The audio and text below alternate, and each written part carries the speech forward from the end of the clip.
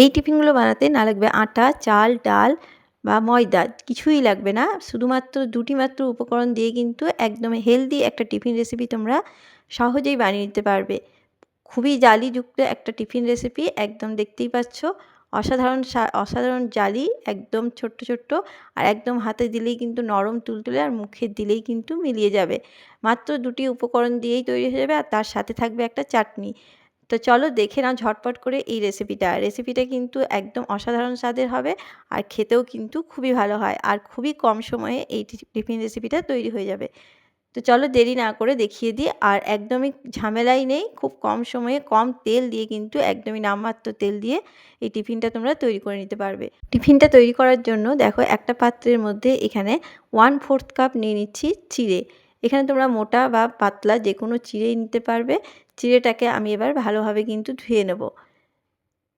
তো চিড়েটার মধ্যে অনেক সময় নোংরা থেকে যায়, সেই নোংরাটাকে ভালোভাবে পরিষ্কার করে নিতে হবে। তার জন্য প্রায় আমি 2 থেকে 3 বার ভালোভাবে কিন্তু এটাকে পরিষ্কার করে ধুয়ে নেব। তো চলো এটাকে আমি ধুয়ে নিয়ে পরিষ্কার করে আসছি। তো দেখো আমি কিন্তু পুরো পরিষ্কার করে ধুয়ে নিয়েছি চিড়েগুলোকে, দেখে বুঝতেই পারছো একদমই কিন্তু কোনো রকম ধুলো বা নোংরা নেই। তো এরপর আমি এই চিড়েগুলোকে খানিকক্ষণের জন্য কিন্তু ভিজিয়ে রাখবো। তার জন্য অল্প একটু জল দিয়ে দিলাম। একদমই প্রায় 3 থেকে 4 চামচ মতন জল আমি এখানে দিয়ে দিয়েছি। দিয়ে এটাকে আমি কিছুক্ষণের জন্য সরিয়ে রেখে দিচ্ছি। এটা ততক্ষণে ভিজতে থাক, আর এইদিকে দেখো তোমাদেরকে চাটনিটা তৈরি করে দেখাই। দেখো একটা মিক্সির জার নিয়ে নিয়েছি, আর তার মধ্যে নিয়ে নিয়েছি দেখো এখানে বাদাম। বাদামটাকে কিন্তু আমি চিনে বাদাম নিয়েছি। বাদামটাকে আমি পুরো ড্রাই রোস্ট করে নিয়েছি, মানে ভেজে নিয়েছি শুকনো খোলায়। এরকমভাবে বাদামটা শুকনো খোলায় ভেজে নিয়ে তৈরি করবে চাটনিটা, খেতে কিন্তু অসাধারণ লাগবে। আর নিয়ে নিচ্ছি দেখো ভাজা ছোলা। ভাজা ছোলাটাকে আমি কিন্তু পুরো খোসা ছাড়িয়ে নিয়েছি। সেই ভাজা ছোলাটাকে আমি এখানে দিয়ে দিচ্ছি। এখানে বাদাম আর ছোলা দিয়েই কিন্তু চাটনিটা তৈরি করে দেখাবো। আর দেখো এখানে নিয়ে নিচ্ছি 2 টুকরো মতন আদা। একদমই কম নিয়েছি, খুব বেশি নিইনি। 2 টুকরো আদা নিয়ে নিয়েছি, আর নিয়ে নিচ্ছি 4 কোয়া মতন রসুন। রসুনটা যদি তোমরা খেতে না পছন্দ করো তাহলে কিন্তু স্কিপ করতে পারো। আর এখানে ঝালের জন্য নিয়ে নিচ্ছি একটা কাঁচা লঙ্কা। ঝালটা চাইলে তোমরা বাড়িয়েও দিতে পারো বা কমিয়েও নিতে পারো। তো দেখো আমি লঙ্কাটাকে আমি 2 ভাগ করে দিয়ে দিলাম। আর এখানে আমি টকের জন্য, মানে খাট্টা মিঠা লাগার জন্য এখানে আমি দিয়ে দিচ্ছি দই। এখানে আমি টক দই নিয়ে নিচ্ছি প্রায় 3 থেকে 4 চামচ মতন। আর নিয়ে নিচ্ছি এখানে ধনেপাতা কুচি। এই দইয়ের জায়গায় কিন্তু তোমরা এখানে তেঁতুলের কাতও দিতে পারো বা লেবুর রসটাও ব্যবহার করতে পারো। আর এখানে কিছুটা আমি ধনেপাতা নিয়ে নিয়েছি, আর দিয়ে দিচ্ছি স্বাদ মতন লবণ, আর দিয়ে দিচ্ছি দেখো প্রায় 1/2 চামচ মতন চিনি। এতে কিন্তু টেস্টের ব্যালেন্সটা খুব সুন্দর থাকবে। আর দিয়ে দিচ্ছি অল্প একটু জল। এই জলটা দিয়ে তারপর সমস্তটা দিয়ে কিন্তু আমি একটু ঘুরিয়ে নেব। চলো এটাকে ঘুরিয়ে নিয়ে তোমাদেরকে দেখিয়ে দিচ্ছি। তো দেখো আমি কিন্তু ঘুরিয়ে নিয়ে চলে এসেছি, দেখতে পাচ্ছ মিক্সির মধ্যে কেমন তৈরি হয়েছে তোমাদেরকে আমি দেখিয়ে দিই। একদম মসৃণভাবে কিন্তু বেটে নিয়েছি।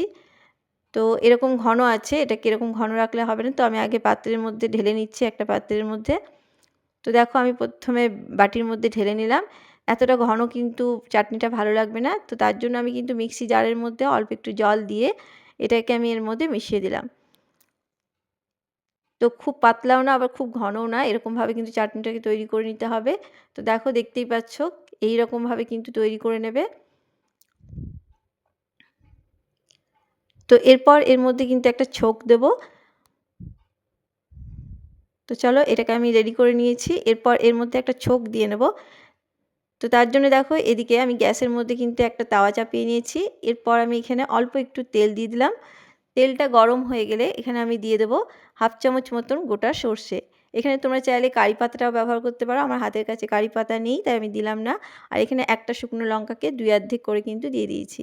এরপর ভালোভাবে কিন্তু যেই দেখবে একটু চটপট করে ফুটতে লেগেছে, তখনই কিন্তু বেশিক্ষণ ভাজার দরকার নেই। দেখবে সেকেন্ডের মধ্যে কিন্তু এটা তৈরি হয়ে যাবে। তাহলে কিন্তু এই ছোকটা পুরো রেডি হয়ে যাবে। এরপর আমি গ্যাস থেকে নামিয়ে নিয়ে আমি কিন্তু এই চাটনিটার মধ্যে দিয়ে দিচ্ছি। তাহলেই কিন্তু এই চাটনিটা পুরো রেডি হয়ে যাবে। এখানে একটু কারি পাতা দিয়ে যদি করে নাও আরও কিন্তু খেতে খুবই ভালো লাগবে। তাছাড়া এভাবে করলেও কিন্তু খেতে খারাপ লাগবে না। তোমরা একবার করে দেখতে পারো বন্ধুরা। তো দেখো এইভাবে চাটনিটাকে পুরো রেডি করে নিয়েছি। এরকমভাবে একবার চাটনি তৈরি করে দেখো বন্ধুরা, অসাধারণ লাগে খেতে। আর ইডলি, ধোসা যেকোনো কিছুর সাথে কিন্তু খুবই ভালো লাগবে। তো চলো চাটনিটা কিন্তু আমার রেডি হয়ে গেছে। আর এইদিকে দেখো চিড়েটা কিন্তু পুরো ভিজে গেছে, আর অনেকটাই কিন্তু ফুলে গেছে। আর জলটাও একদমই টেনে নিয়েছে, দেখতেই পাচ্ছ নিশ্চয়ই। ঠিক এইভাবে কিন্তু করে নিতে হবে। তো তো এরপর আমি এটাকে একটা মিক্সি জারের মধ্যে কিন্তু নিয়ে নিচ্ছি। সমস্ত চিড়েটা আমি একটা মিক্সি জারের মধ্যে নিয়ে নেব।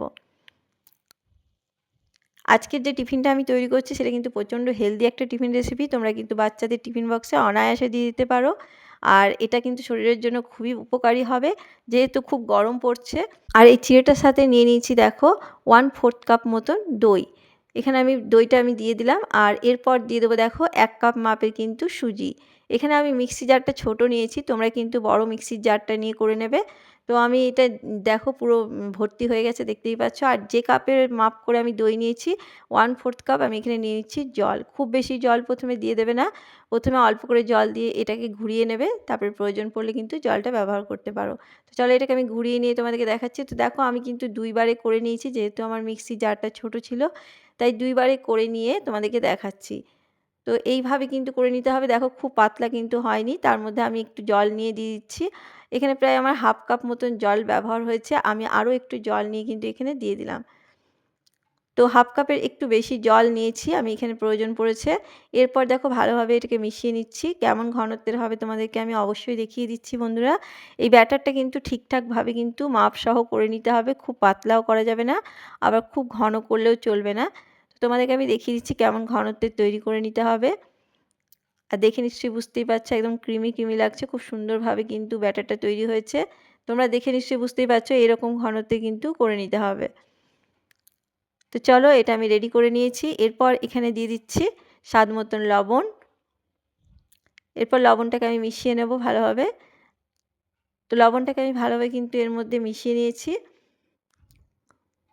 লবণটা আমার মেশানো হয়ে গেছে। এরপর দেখো এর মধ্যে দিয়ে দেবো ইনো। আমি এখানে ইনো ব্যবহার করছি, দেখতেই পাচ্ছ এই ইনোটা ব্যবহার করছি আমি।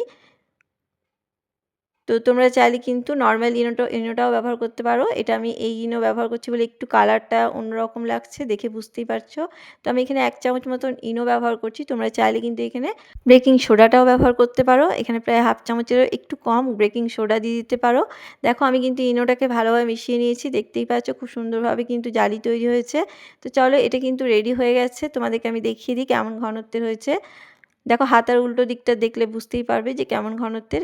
এইভাবে একটু আঙুল দিয়ে টেনে দেখাচ্ছি দেখো, খুব বেশি কিন্তু মোটাও হয়নি আবার খুব পাতলাও হয়নি, এরকমভাবে করে নিতে হবে।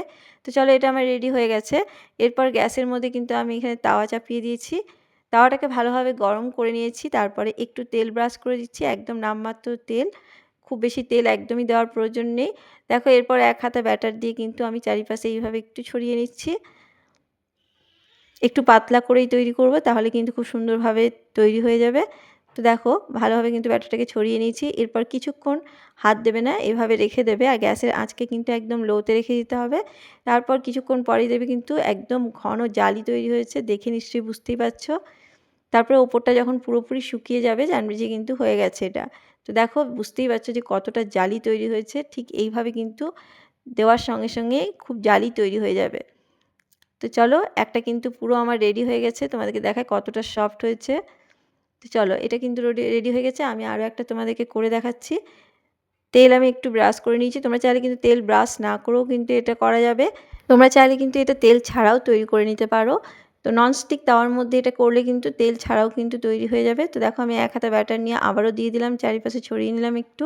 এরপর কিছুক্ষণ রাখলেই কিন্তু দেখবে একদম জালি তৈরি হয়ে গেছে প্রচুর। তো দেখতেই পাচ্ছ অনেক জালি তৈরি হয়েছে, আর ওপরটা কিন্তু পুরো শুকিয়ে গেছে। এরপর গ্যাসে আঁচকে কিন্তু একদম লোতে রেখে এভাবে করে নিতে হবে। দেখো আমি এইভাবেই প্রত্যেকটাকে তৈরি করে নিচ্ছি। কতটা জালি হয়েছে দেখে বুঝতেই পারছো। তো চলো সমস্ত কিন্তু এইভাবে আমি তৈরি করে নিয়েছি। কতটা কম সময় লাগলো তোমরা নিশ্চয়ই বুঝতেই পারছো বন্ধুরা, খুবই কম সময় লাগবে। হাতে যদি 5 মিনিট সময় থাকে তাহলেই কিন্তু তৈরি করে নিতে পারবে। চাটনি যদি আগে থেকেই তৈরি করে রাখো, এগুলো তৈরি করতে কিন্তু একদমই সময় লাগবে না। আর প্রত্যেকটা সফট একদম নরম তুলতুলে হয়েছে, আর খুবই জালি তৈরি হয়েছে, তোমরা নিশ্চয়ই বুঝতে পারছো। আর একদম নরম স্পঞ্জের মতন, তুলোর মতন হয়েছে, দেখতেই পাচ্ছ। এগুলো কিন্তু যে কোনো কেউই খেতে পারবে, আর ছোট থেকে বড় সবার খুব পছন্দ হবে। আর এই গরমে এরকম একটা হেলদি টিফিন থাকলে কিন্তু কোনো কথাই হবে না। আর পাশে থাকে যদি একটা চাটনি, তাহলে কোনো কথাই হবে না। ইডলি, ধোসা সবই কিন্তু ভুলে যাবে এই টিফিন রেসিপিটা বানিয়ে খেলে। তো চলো দেখো কতটা সুন্দর হয়েছে। আর এরকম টিফিনের সাথে যদি এইভাবে চাটনি দিয়ে তো খেয়ে দেখো, অসাধারণ লাগবে। এই বাদামের চাটনি যদি পাশে থাকে আর এরকম যদি টিফিনটা থাকে তাহলে কিন্তু খেতে অসাধারণ লাগে আর সবার খুব পছন্দ হবে। এত কম সময়ে এই গরমের সময় যদি এই হেলদি টিফিন তোমরা বানিয়ে নিতে পারো বন্ধুরা, দেখবে খুবই ভালো লাগবে। তো দেখো এইভাবে একবার তৈরি করে দেখো বন্ধুরা, কেমন লাগলো আমার আজকের রেসিপি। যদি ভালো লাগে অবশ্যই চ্যানেলটাকে সাবস্ক্রাইব করে দিয়ে আমার পাশে থাকার অনুরোধ রইল।